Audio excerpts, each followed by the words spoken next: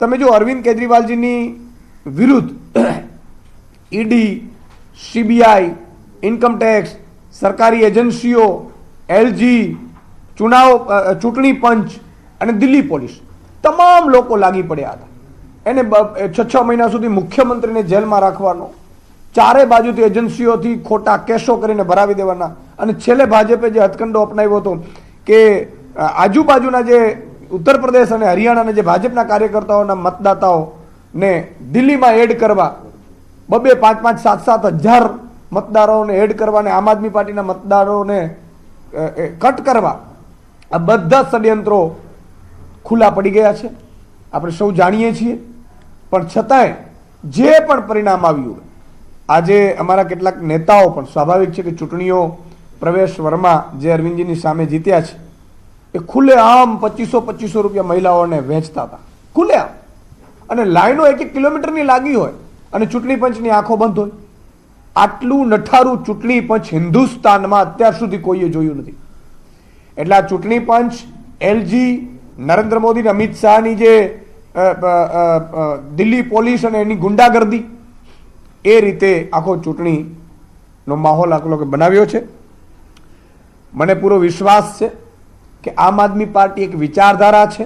અરવિંદ કેજરીવાલજીની જે વિચારધારા દિલ્હીની કામની રાજનીતિ છે, આજે એટલું ચોક્કસ કહીશ કે આજે કામની રાજનીતિની સામે ગુંડાગર્દીની, ગાલી ગલોચની અને એક એવી રાજનીતિની જીત થઈ છે દિલ્હીમાં કે જે દિલ્હીને પાછળ લઈ જશે.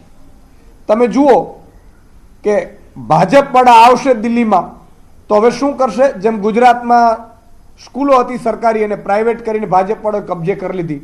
અરવિંદજીએ જે સ્કૂલો બનાવી છે સારી, લાખ રૂપિયા ફી હતી ને 0 ફીમાં ભણે છે, એ ફરીથી ભાજપ વાળા નેતા લઈ લેશે.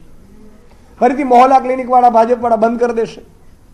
ભાજપ વાળા જે છે એ હોસ્પિટલો, જેમ ગુજરાતમાં ભાજપના નેતાઓએ હોસ્પિટલો ઉપર કબજો બનાવ્યો છે, જેમ ઉદ્યોગપતિઓએ હોસ્પિટલો ઉપર કબજો બનાવ્યો છે, એમ સરકારી જે હોસ્પિટલો બની છે દિલ્હીમાં એને ભાજપ વાળા લઈ લેશે. આ જ કરશે, બીજું શું કરશે? ડબલ ઇન્જિન કરે છે. અરે તમારી 80% તો એલજી થ્રુ તમે સરકાર ચલાવતા જ હતા.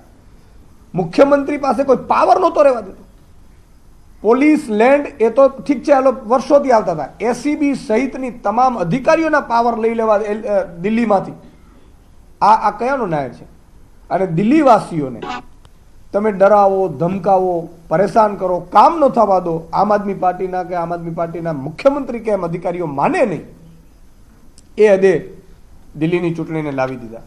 તમે જુઓ કે તમારામાં હવે તાકાત હોય ભાજપ વાળાને તો તમે કહો છો ને કે તમે કામ કરો છો. ડબલ ઇન્જિનની સરકાર છે તો ત્યાં દિલ્હીની મહિલાઓને હવે 2500 રૂપિયા મહિને આપજો. ડબલ ઇન્જિનની સરકાર છે તો ત્યાં ફ્રી બસ સેવા છે એ ચાલુ રાખજો, ગુજરાતમાં પણ આપજો.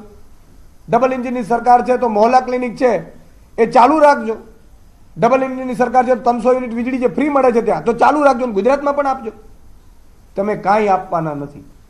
જે સૌથી મોટું કાંડ ભાજપ કરવા જશે દિલ્હીમાં, એ વીજળી મોંઘી કરશે. અને વીજળી કોઈ ઉદ્યોગપતિ પોતાના પર્ટિક્યુલર જે મિત્ર છે એને વીજળીનો કોન્ટ્રાક્ટ આપશે. આ 200 યુનિટ મળે છે એ પણ બંધ કરી દેશે.